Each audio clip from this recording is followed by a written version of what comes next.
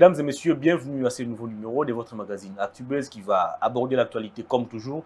Et aujourd'hui, on va nous attarder sur trois principaux sujets. D'abord, l'union sacrée, des adhésions qui continuent de se faire enregistrer. On a parlé ce matin de Jean-Lucien Boussa qui a décidé de rejoindre les camps du président de la République, Jean-Lucien Boussa, qui prend donc ses distances vis-à-vis du FCC de Joseph Kabila.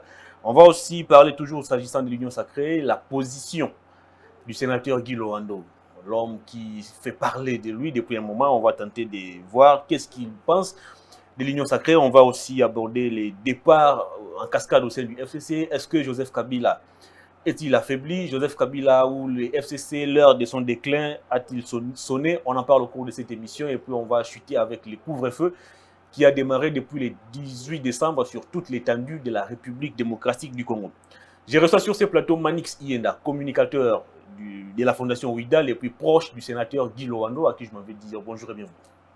Merci beaucoup Hervé, et en même temps je dis mes salutations à tous les téléspectateurs du Congo Buzz. Pour moi c'est un grand plaisir, ça fait quand même un beau temps que je suis sur vos installations, pour des raisons que vous savez très bien, et c'est un grand plaisir pour moi d'être reçu et surtout de parler autour de sujets importants concernant... Comment allez-vous? Comment se porte la Fondation Ouidal? Comment se porte le sénateur Guy Loando?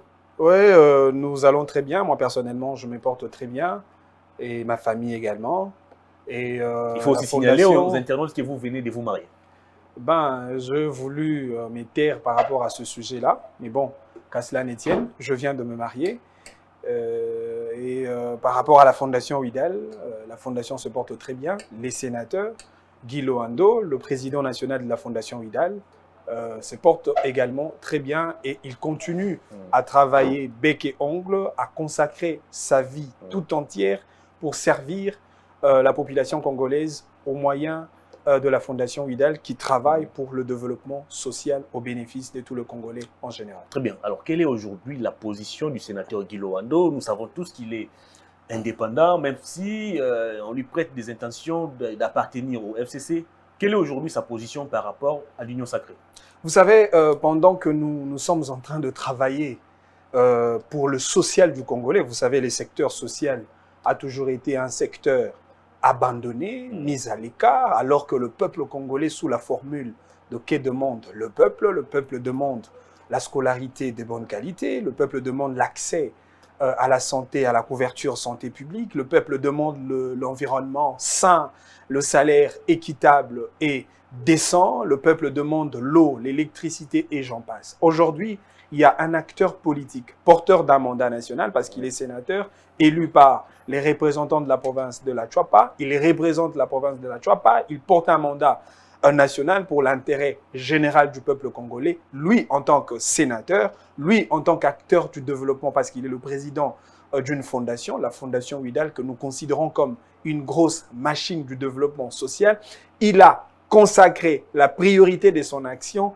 et de sa responsabilité en même temps politique et sociale en travaillant pour l'intérêt social du Congolais. Vous avez vu les différentes activités qu'il a réalisées au moyen du label La Fondation Ouidal. Nous avions fait des réalisations, de grandes réalisations dans le Grand Équateur, tant sur le plan de l'éducation que sur le plan de l'infrastructure. On a construit des écoles, on a construit le bâtiment, on a doté même à l'Assemblée provinciale de la Chuapa d'un grand bâtiment moderne avec une bagatelle financière de plus d'1 million de dollars. Aujourd'hui, les députés provinciaux de la Chuapa sont abrités dans un bâtiment digne d'une grande province qui, aujourd'hui, peut toujours représenter la République démocratique du Congo en général. Nous avons construit des écoles. Aujourd'hui, ici à Kinshasa, nous avons fait pour le besoin de l'eau. Aujourd'hui, l'eau devient, comme on l'a toujours dit, l'eau c'est la vie. Effectivement, l'eau c'est une nécessité pour la population de Kinshasa. Nous avons fait de forages,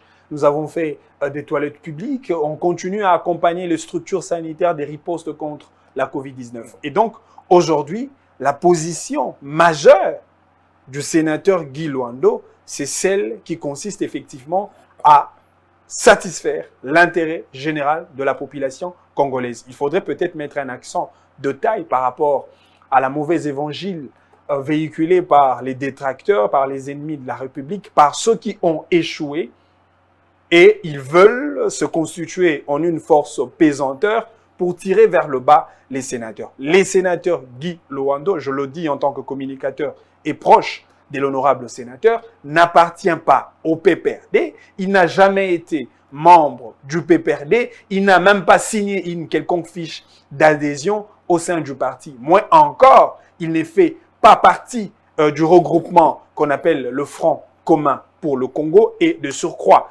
toutes les actions réalisées dans le cadre de la Fondation Ouidal, sous la houlette du sénateur Guy Loando en tant que président de la Fondation, n'a jamais bénéficié, même pas d'un sou, du PPRD ou encore du Front commun pour le Congo. Aujourd'hui, nous nous sommes rangés vers la direction de la République. La République, c'est ce qui a été dit dans la loi fondamentale, notre Constitution, les respects donc des institutions, en commençant par l'institution président de la République.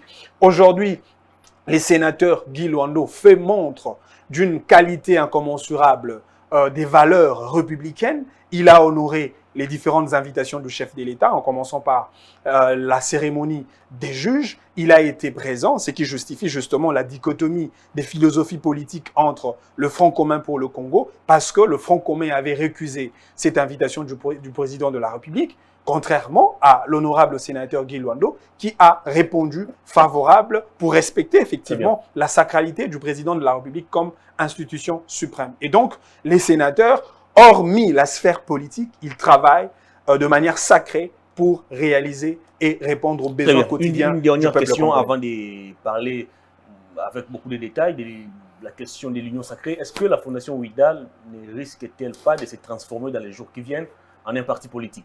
Pas du tout, pas du tout. Déjà même, il faudrait faire la lecture de l'intention de celui qui est les géniteurs, les dépositaires même de la vision de la Fondation Ouidal. Notre vision est intitulée « Les tous ensemble pour l'épanouissement de tous ».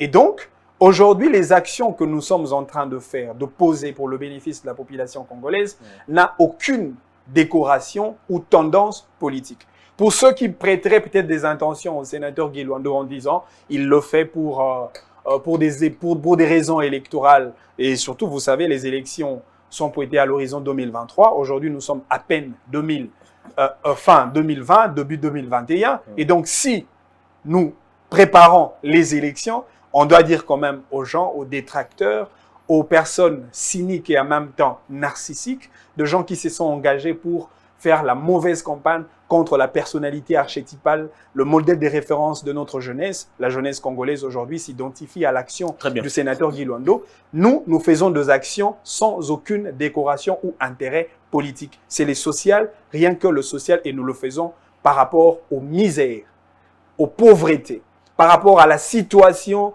exécrable de notre peuple. Notre peuple est sombré dans un bourbier de désespoir et nous devons agir comme un colibri qui apporte sa pierre de contribution à l'édifice pour construire un Congo plus beau qu'avant, comme l'a dit notre hymne national. Aujourd'hui, Guy Loando le fait avec amour de la patrie, qui fait de lui un patriote, avec amour de la nation, qui fait de lui un grand nationaliste. Très bien, parlons maintenant de l'union sacrée.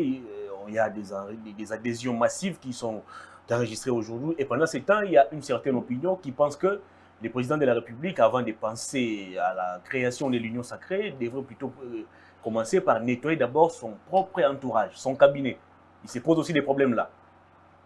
Qu'est-ce que vous en pensez? Bon, moi je voudrais d'abord rester sur la sémantique, sur la dimension philosophique du concept union sacrée. Qui décrète la rencontre autour de consultations nationales qui déboucherait justement à cette réalité de l'union sacrée? C'est le président de la République que je qualifie de sacré. Parce que l'institution président de la République est une institution sacrée.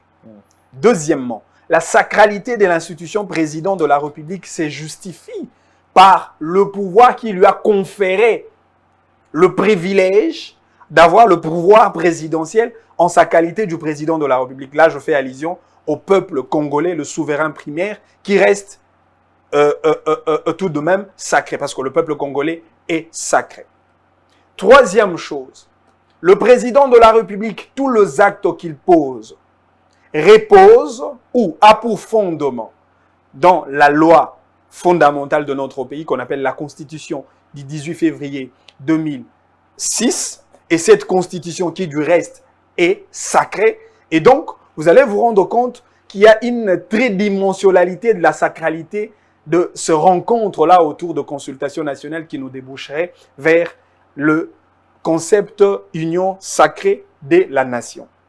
Alors, puisqu'il s'agit de la sacralité, puisqu'il s'agit de la nation, puisqu'il s'agit de la République, je me demande pourquoi les acteurs politiques, eu égard à toutes leurs tendances confondues, hésiteraient pour faire partie de cette union sacrée de la nation. Je crois que ceux qui ont répondu de manière très favorable à l'invitation du président de la République, c'est qui ont eu à émettre des idées pour mûrir davantage cette vision autour de l'union sacrée de la nation, se sont comportés en des hommes d'État et avec un esprit républicain. C'est par là que nous allons justement construire un Congo fort. Je pense ces rencontres de consultation nationale a été pour nous tous une occasion d'évaluer la gestion de l'État 18 ans passés, d'évaluer la gestion de l'État 2 ans passés, surtout qu'il s'agissait d'une gestion conjuguée à 2 dimensions, parce qu'il s'agissait de la coalition FCC et Cash. Il y a eu autant de ratés, il y a eu autant de couacs. Nous devions faire un bilan ensemble avec le commandant suprême de la République, le chef de l'État, le président de la République, Félix Antoine Tshisekedi Tshilombo. Après ces diagnostics, le Congolais, chaque Congolais a fait ses constats, chaque Congolais a donné ses propositions, des propositions auxquelles le président de la République s'est référé pour effectivement nous déboucher vers un Congo de changement. Donc je pense aujourd'hui, aucun Congolais, aucun acteur politique congolais des tendances confondues n'a la raison d'hésiter ou encore de faire partir à cette union sacrée pour la nation, parce qu'il s'agit de la nation. Et il s'agit qu'il est l'entourage du président de la République. On accuse ces cabinets de beaucoup de choses. Il y a par exemple une direction de la presse présidentielle qui paye très mal les journalistes à chaque fois qui sont invités pour des reportages. Vous avez des cellules au sein de la présidence censées lutter contre la corruption, mais qui sont trempées dans des dossiers de corruption, des détournements, des mafias. Est-ce qu'avec cet entourage, avec ces cabinets, le président de la République ne risque-t-il pas de tomber sur les pièges comme quoi il est encore bloqué, comme il a dit avec les FCC? Je pense qu'au début de votre émission, vous m'avez présenté comme communicateur de la Fondation Widal et proche du sénateur Guy Loando Mboyo. Et par là, je voudrais situer votre question dont je pense que la réponse ne serait peut-être pas appropriée parce que je ne suis pas l'un de proche du président de la République. Je ne fais pas partie du cabinet du président de la République, mais en tant que Congolais qui reçoit une observation venant des journalistes, ce que je peux dire, c'est simplement de faire un appel justement à cette équipe qui accompagne le président de la République, de travailler avec beaucoup plus d'éthique et de sens de professionnalisme, de tenir compte justement de la posture, de la grande qualité qui revêt cette institution président de la République. L'institution président de la République, c'est le sommet des sommets, c'est le pouvoir au sommet pyramidal de l'État. Et donc, lorsque le gens vient au sein de ces bâtiments qui abritent les activités du président de la République, il faudrait un minimum de respect à l'égard des hommes des médias, il faudrait un minimum de respect à l'égard de qui que ce soit qui se retrouverait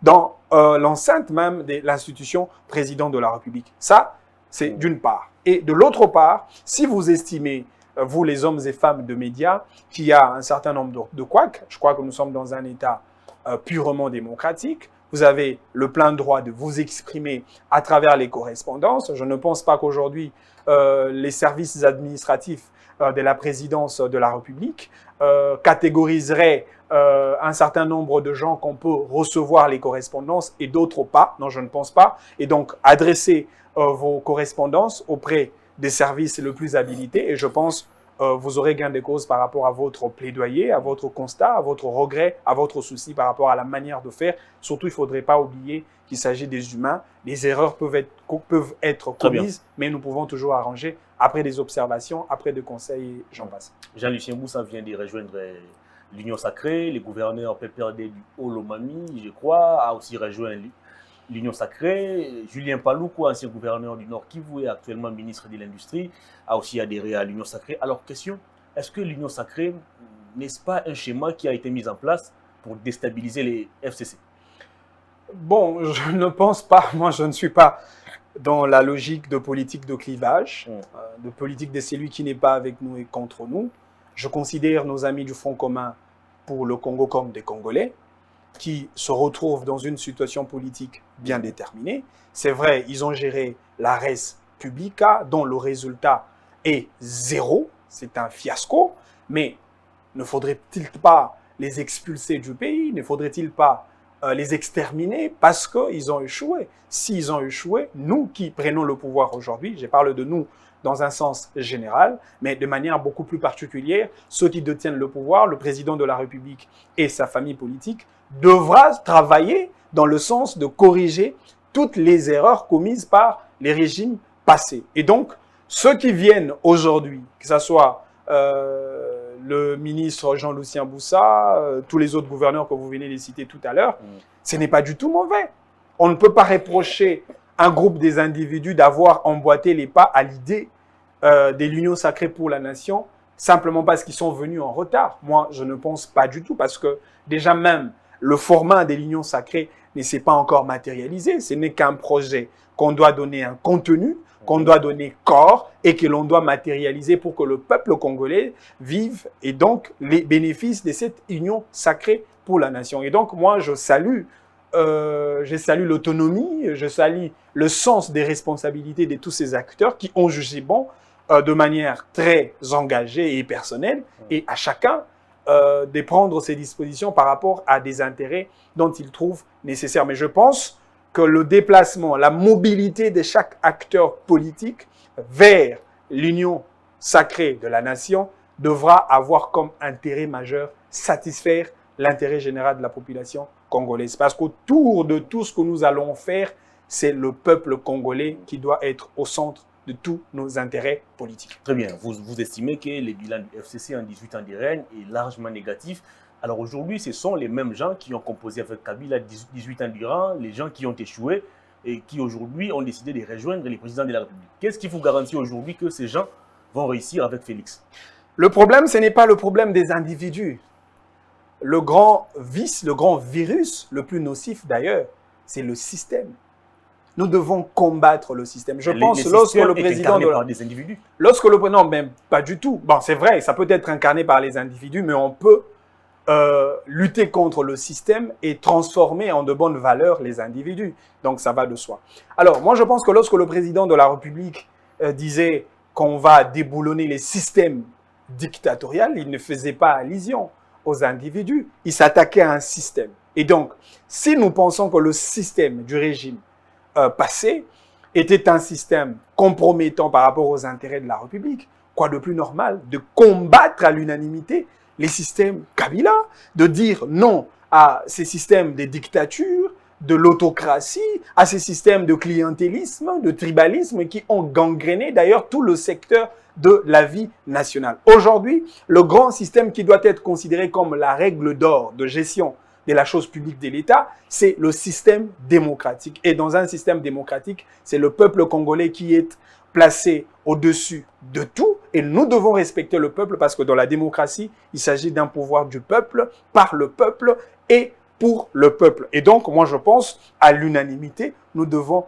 combattre ce système-là. Mais attention, vous savez, lorsque vous prenez la responsabilité de pouvoir administrer une quelconque thérapie à quelqu'un qui est malade mentalement, si vous n'arrivez pas d'office, c'est vous qui serez un aliéné mental, c'est vous qui aurez peut-être des petits problèmes mentaux. Pourquoi? Parce que vous n'avez pas pu réussir à transformer un fou. Et donc, aujourd'hui, si nous pensons que le système passé était un système qui s'est soldé par un résultat zéro, et donc, nous devons prêcher par des exemples. Il faudrait que le système Fachi prêche par des exemples et prouve aux Congolais, pas avec le discours, pas avec toutes les formules les plus rhétoriques du monde, pas avec le promesse. Il doit rassurer aux Congolais avec des actions concrètes, tant sur le plan économique que sur le plan social, tant sur le plan culturel que sur le plan politique. Nous avons besoin. Vous savez, aujourd'hui, le sénateur Guy Loando a publié un ouvrage très important que nous considérons comme un outil de gestion de la République, le Congo d'après. Et le Congo d'après 60 ans de l'indépendance, le Congo d'après la pandémie très néfaste de Covid-19 n'est plus un Congo des discours, n'est plus un Congo des démagogies, c'est un Congo d'action. Nous devons commencer à poser des actions dès maintenant au lieu de passer tout un mandat, au lieu de passer tout un quinquennat, au lieu de passer tout le temps en promettant ou encore en lançant des discours le plus creux. Le Congolais a déjà compris, le Congolais n'a plus besoin des discours, le Congolais n'a plus besoin de promesses inutiles, le Congolais a besoin des réalisations et des réalisations palpables. Alors aujourd'hui, que dites-vous de la sincérité de ces gens qui, hier, ils ont été avec Félix dans l'opposition, ils sont partis avec Kabila au FCC, et aujourd'hui, ils décident de revenir encore avec Félix. Que dites-vous aujourd'hui de la sincérité de ces gens? Ben, moi, je ne fais pas... Est-ce que ce n'est pas la formation du prochain gouvernement qui attire tous ces gens? Ben, peut-être oui, peut-être non. Moi, je ne suis pas un thermomètre pour mesurer la température de la bonne foi de tous les acteurs politiques qui viennent vers le président de la République. J'estime, la raison, elle est républicaine.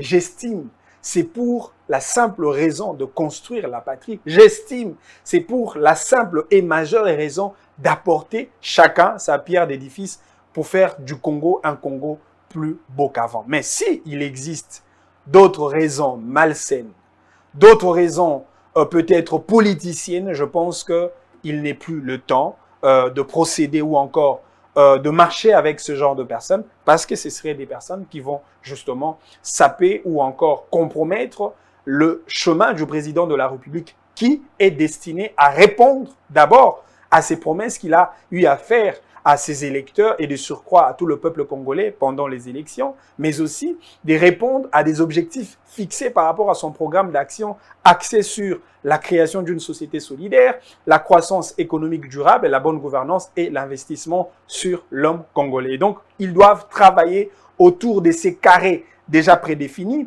autour de ce schéma qui n'a pour but répondre aux problèmes majeurs de la population congolaise. Au cas contraire, je crois, le peuple congolais en tant que souverain primaire, le peuple congolais en tant que détenteur du vrai pouvoir, le pouvoir à léguer à tous ces organes de l'État, à tous ces acteurs politiques, le peuple va utiliser son fouet des sanctions pour sanctionner tout celui qui sera là pour compromettre les intérêts du peuple. Très bien. Alors aujourd'hui, nous attendons l'élection du nouveau bureau de l'Assemblée nationale.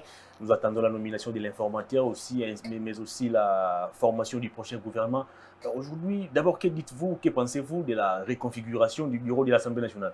Est-ce que l'UDPS, les caches, cette fois, doit prendre les devants ou on doit encore céder ses fauteuils à quelqu'un qui a marché hier avec Kabila ou quelqu'un qui vient franchement du PPRD ou du FCC, mais qui a accepté d'adhérer à l'Union sacrée? Encore une fois, on aura une occasion de plus de faire le débat sur le futilité. Les débats des individus, qui doit prendre quoi, qui doit assumer telle responsabilité ou qui doit prendre tel poste. Ben, moi, je pense que eux tous, au niveau de l'Assemblée nationale, ce sont de législateurs, ce sont de parlementaires, ce sont de députés nationaux. Je pense que chaque député, pour le simple fait qu'il a bénéficié du quitus de base par les électeurs qui l'ont élu comme député national, si chacun d'entre eux estime avoir la capacité de diriger l'Assemblée nationale, donc je pense que cela va se définir par rapport à la règle de la majorité absolue au niveau de l'Assemblée nationale. Vous savez, mon frère Hervé, nous devons faire un effort d'éviter le plus souvent d'ailleurs, de s'accrocher beaucoup plus sur les auxiliaires, sur le sujet secondaire, alors que l'essentiel est là. L'essentiel, c'est le développement. Vous savez, ce serait d'ailleurs très utopique dans un pays qui a comme nom la République démocratique du Congo, et donc nous avons la démocratie comme un élément d'identité de notre patrie, d'organiser les élections tout en mettant de côté l'aspect du développement. Moi, j'ai toujours dit, parler des élections sans le développement, les élections resteraient utopiques. Et donc, il faut au départ chercher comment est-ce qu'on doit générer les circuits du développement à tout le niveau du peuple congolais. Parce que quand vous faites même l'évaluation en termes de coûts financiers de tout ce que nous avions eu à dépenser pendant les élections de 2006 jusqu'à aujourd'hui, je fais allusion aux élections de 2018, vous allez vous rendre compte qu'on a dépensé plus de 8 milliards de dollars. Et 8 milliards de dollars, lorsque nous évaluons en termes de bilan, on va se rendre compte et on va même se poser des questions de savoir qu'est-ce que les élections ont apporté au peuple congolais en termes de changement réel, de changement positif. Je dis zéro. Alors que le 8 milliards de dollars, si on pouvait peut-être l'affecter ou les affecter dans un secteur agricole, dans le secteur de l'énergie, dans le secteur de l'eau, dans le secteur de l'environnement, c'est le peuple congolais qui allait être le premier bénéficiaire. Donc moi, j'interpelle tous les acteurs politiques en tant que moi en tant que membre de la Fondation Widal, parce que nous avons essentiellement une vision d'abord principalement sociale, et donc j'interpelle à tous les acteurs politiques de nous épargner du débat politicien, de nous épargner des débats inutiles dont le peuple congolais ne se retrouve pas. On a besoin du développement. Si c'est monsieur X ou Y est élu président de l'Assemblée nationale, quel serait l'intérêt du peuple? Madame Janine Mabunda est partie. Qu'est-ce que le peuple congolais a tiré comme bénéfice dans cela? Et donc, il faut vraiment épargner au peuple congolais de toutes ces querelles, de toutes les vicissitudes de politiciennes qui n'ont rien à voir et qui ne peuvent apporter rien et rien du tout au peuple congolais, parce que le peuple congolais a besoin du développement réel à travers l'action sociale, la responsabilité de ces acteurs politiques et dirigeants du pays. Crise au sein du FCC, il y a des départs en cascade qui sont enregistrés, on accuse plutôt l'équipe dirigeante actuelle du FCC, il y a même certains membres qui exigent sa démission, et pendant ce temps, il y a Steve Mbika et quelques cadres du FCC qui estiment qu'il faut mettre en place un cadre qui aura pour mission de réconcilier Tshisekedi et Kabila. Est-ce que les deux sont-ils en conflit? Quelle est aujourd'hui l'opportunité de mettre en place une telle structure? Moi, je pense qu'on dit, c'est d'ailleurs un penseur anonyme qui dit, c'est lui qui ne sait pas d'où il vient, ne saura d'où il va, car il ne sait pas ce qu'il est. Aujourd'hui, le Front commun pour le Congo, c'est vrai, c'est un regroupement politique qui régorge aussi des acteurs politiques importants. On ne peut pas prendre le risque de dire que tous les composants du regroupement Front commun pour le Congo constituent des pourritures contre la République. Il y a certains quand même qu'on peut utiliser pour des raisons les plus nobles afin de construire la res publica. Mais pour ceux-là qui constituent le ténor, pour ceux-là qui détiennent le bâton de commandement, en commençant par leur autorité morale, jusqu'au niveau de lieutenant de ces regroupements politiques, je pense que c'est l'occasion de faire des évaluations, c'est l'occasion de travailler sur la restructuration de leur regroupement politique, c'est l'occasion d'évaluer les pour et les contre, c'est l'occasion de mettre les gens qu'il faut à la place qu'il faut. C'est l'occasion d'accepter le chèque. C'est l'occasion aussi, pourquoi pas, de faire l'opposition tout en restant orthodoxe, eu égard à la responsabilité politique prise, qui ne concorde surtout pas avec la vision actuelle du président de la République. Soit on est opposant, soit on ne l'est pas. Et je pense à ces stades actuels, le FCC n'a pas à faire le jeu de neutralité. Ils s'opposent au président de la République, ils doivent assumer. Ils disent non aux actions du président de la République, ils doivent assumer. Et donc, aujourd'hui, je voudrais que parmi le nom de grands opposants, au-delà de Martin Fayoulou, au-delà d'Adolphe Mouzitou, il faut citer aussi un grand opposant au nom de Joseph Kabila Kabange. Et ça, c'est assumer ses responsabilités. Au lieu de faire le petit jeu de cacophonie, de se componer ça et là, avec des discours le plus creux que les gens n'arrivent même pas à comprendre, au lieu de nous brandir le modèle métaphysique de politique qu'on ne comprendra jamais, aujourd'hui, la coalition a failli et aujourd'hui, nous devons admettre que la cohabitation ne passera pas parce que cela n'est pas prévu dans la loi fondamentale de notre pays, la constitution congolaise. Et donc, je demanderai aux amis du FCC d'être beaucoup plus conséquents, responsables, d'assumer la responsabilité et d'accepter d'appartenir à la grande famille de l'opposition politique. Peut-être qu'il le sait, que Joseph Kabila pourrait être le porte-parole de l'opposition politique, surtout qu'il détienne en termes de nombre le plus de députés au niveau du Parlement, le plus des sénateurs au niveau du Sénat, qu'ils alignent Joseph Kabila comme le porte-parole de l'opposition. Ça serait peut-être une bonne chose au lieu de faire le surplace et des discours inutiles. On s'attaque à l'équipe dirigeante qui a été désignée par Joseph Kabila en lieu et place de cibler directement Kabila, qui est l'auteur de tout ce qui se passe aujourd'hui au FCC. Non, mais ça se justifie, monsieur Hervé. On dit toujours, on ne change pas l'équipe qui gagne. Mais là, il ne s'agit pas d'une équipe qui a gagné. Ils ont échoué aux élections présidentielles. Ils ont aligné un candidat, Emmanuel Ramazani Shadari. Il a lamentablement échoué. Ils ont aligné un homme controversé. Un homme très controversé et très conflictuel aussi. Ils ont aligné Janine Mabunda comme à la tête du perchoir de l'Assemblée nationale. Aujourd'hui, vous savez, les résultats, c'est les ridicules. Ils ont échoué. Et donc, à une équipe qui a échoué, je pense, on doit essentiellement changer les animateurs. Et aujourd'hui, les plaidoyers de tous les acteurs ou de quelques acteurs du Front commun pour le Congo est un plaidoyer tout à fait noble. Et donc, il faudrait que leur autorité morale en tienne compte. Mais cette équipe a été nommée par Kabila. Pourquoi on ne peut pas s'attaquer à Kabila lui-même? Pourquoi aujourd'hui on ne peut pas réfléchir en termes de démission de Kabila? Non, mais je ne pense pas que le parti comme le PPRD ou encore le regroupement politique, qui n'est pas surtout à confondre avec la personne physique de Joseph Kabila. Là, il s'agit d'une personne morale dont les apports intellectuels ont été conjugués de manière très consensuelle entre les différents sociétaires du Front commun pour le Congo. Et donc, s'il faudrait se décider, on va se décider avec beaucoup plus de responsabilités au sein des organes du regroupement et non s'adresser directement à l'autorité morale qui est donc la personne physique de Joseph Kabila. Je crois que la démarche de tout le dissident du Front commun pour le Congo est une démarche noble. Il faut que les officiels de ce regroupement en tiennent compte et c'est par là que la démocratie triomphera en lieu et place de la dictature et de la pensée. Très bien, l'émission est terminée. Couvre-feu à Kinshasa, c'est depuis le 18 décembre que la décision est entrée en vigueur et pendant ces temps, on signale plusieurs bavures policières.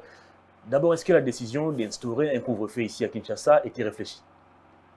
Ben, vous savez, l'État en tant que machine, la machine étatique, agit par moments comme un individu. L'État doit avoir un cerveau pour réfléchir. L'État doit avoir un cœur pour se soucier de la situation de sa population. L'État doit avoir une âme. Et donc, aujourd'hui, je pense que la décision prise par les officiels de la République, tout en reconnaissant la primeur de réfléchir au préalable, je pense qu'ils ont réfléchi au préalable par rapport à la teneur de cette décision prise, mais il faudrait aussi, d'une autre part, tenir compte de la situation de Congolais d'aujourd'hui. Vous savez, quand quelqu'un est, par exemple, déjà que nous avons un petit problème par rapport à la situation de notre ville, province de Kinshasa, tout le monde, chaque matin, se dirige vers la ville de Gombe. Et quand on arrive à la ville de Gombe, admettons qu'il est 20 h, le temps de quitter Gombe, rentrer chez toi à Massina, par exemple, ça vous coûtera peut-être plus de 2 heures. Et je me demande, pendant que vous êtes en route, soit à pied ou à bord d'un véhicule qu'il fait 21 h, comment peut-on faire dans une telle situation? Et donc, ça, c'est mettre le peuple congolais dans une difficulté sur le plan social. Et donc, je voudrais que les officiels de la République essayent de réfléchir un peu davantage pour voir comment est-ce qu'on peut mettre l'harmonie des gestions entre le peuple et les décisions prises par les officiels de l'État. Très bien, l'émission est terminée. Manix, comme d'habitude, vous allez regarder la caméra, votre dernier message en quelques secondes et puis vos coordonnées à tous ceux qui voudront poursuivre les débats avec vous, peut-être vous rejoindre à la Fondation Ouidal. Moi, je suis Manix Iyenda Bofaya, acteur politique et acteur social, membre de la Fondation Ouidal et proche du sénateur Guy Loando Mboyo, que j'ai accepté non seulement par le fait qu'il soit jeune, mais parce qu'il porte un projet aussi intéressant au bénéfice de la population congolaise. Et donc, j'invite toute la jeunesse congolaise à emboîter les pas dans cette grande vision du sénateur Guy Loando, une vision qui consiste à se mettre ensemble dans un tous ensemble pour l'épanouissement de tous. Aujourd'hui, nous avons mis pour l'intérêt des représentants congolais, les gestionnaires de la République, et pour l'intérêt de la population congolaise en général, un ouvrage qui en réalité constitue un outil de gestion pour la République après la crise. Le Congo d'après. Le Congo d'après n'est pas un Congo de discours ou de démagogie, mais plutôt un Congo des réalisations comme l'a fait les sénateurs Guy Loando dans le secteur de l'éducation, de la santé, de l'environnement et dans le secteur sportif. Aujourd'hui, si vous voulez marcher avec nous, il suffit simplement de contacter Manix Iyenda par le numéro plus 243 82 12 98 955 ou encore écrivez-moi sur Facebook Manix Ienda, sur Twitter Manix Ienda, sur Instagram Manix Ienda. On va échanger avec un esprit républicain. Manix Ienda, merci de votre passage. Merci beaucoup, monsieur Hervé. Fin de cette émission, merci à toute l'équipe technique, merci aussi à vous, fidèles internautes, pour votre réelle attention. Au revoir, d'ici là, portez-vous bien.